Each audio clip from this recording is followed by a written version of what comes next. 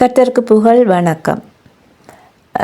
நம்முடைய எண்ணங்கள், சிந்தனைகள் இது எல்லாமே கர்த்தரின் சித்தப்படி நாம் நடக்க வேண்டும் என்பதுதான் சரியானது.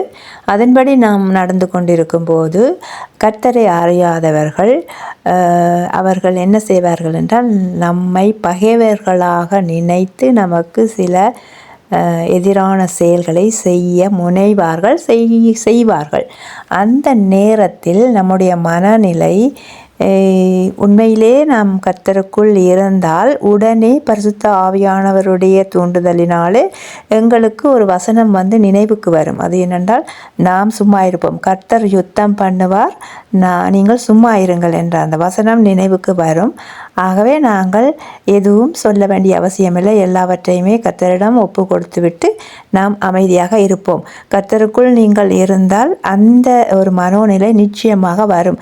வலிக்காது. யார் நம்ம எதை சொன்னாலும் நமக்கு வலிக்காது. காரணம், நமக்குள்ளே இருக்கிற அந்த பரிசுத்த ஆவியானவருடைய அந்த ஆளுகை.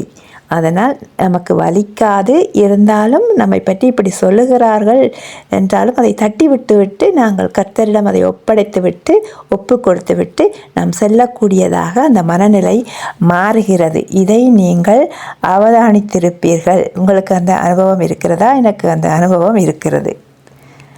Praise the Lord. நன்றி.